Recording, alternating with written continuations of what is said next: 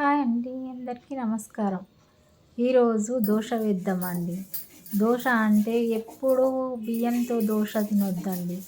మనం రైసే తింటాం, మళ్ళీ దోశలో కూడా బియ్యం ఎందుకండి? జొన్నతోటి వేసుకుందాం ఇలా. జొన్న పిండి, మినపప్పు, శనగపప్పు, అటుకులు, మెంతులు వేసి మంచిగా నానబెట్టి మిక్సీకి పట్టుకున్నానండి. ఈ జొన్న దోశ కూడా హెల్త్కి చాలా మంచిదండి.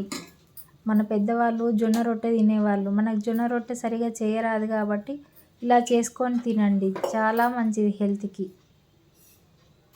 జొన్నలు తినడం వల్ల మనిషి కూడా కొంచెం బలంగా ఉంటారండి. నాటి వాళ్ళు కూడా చూడండి ఎంత బలంగా ఉన్నారో. మనం ఊరికే రైసు తిని తిని మనం ఏం బలంగా లేకుండా అయిపోయినాం. ఊరికే అలా చేసుకునే బదులు దోశ ఇలా ట్రై చేయండి, చాలా టేస్ట్ ఉంటుందండి. ఇంకా రైస్ దోశ కంటే ఈ దోశ అనేది చాలా టేస్ట్ ఉంటుంది.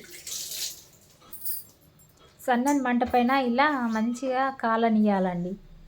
నేను ఇది నాన్ స్టిక్ పక్కన పెట్టేశానండి, కాస్ట్ ఐరన్ తెప్పించాను. ఇది చాలా మంచిగా వస్తున్నాయి దోశలు. బాగా మంట పెట్టద్దండి, మాడిపోతుంది. కొంచెం మీడియం ఫ్లేమ్ మీదనే మంచిగా దోశ వేసుకోవాలి. చాలా బాగా వస్తున్నాయండి, క్రిస్పీగా వస్తున్నాయి దోశలు.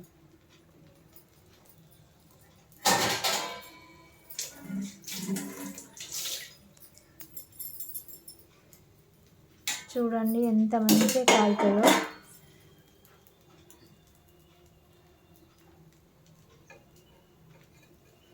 ఫస్ట్ టైం కొంచెము మెల్లిగానే ట్రై చేయండి, స్పీడ్గా తీయకండి, కొంచెం మెల్లిగానే కదిలించండి. నేను ఫస్ట్ టైం చేస్తున్నానండి దోశలు దీనిపైన.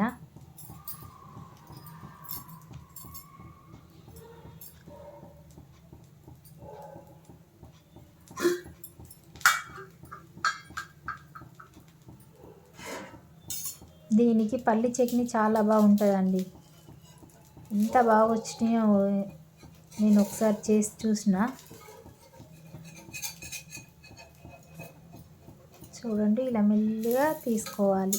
ఇంకా కాలేదండి, కొంచెం ఒక్క నిమిషం పాటు ఉండండి.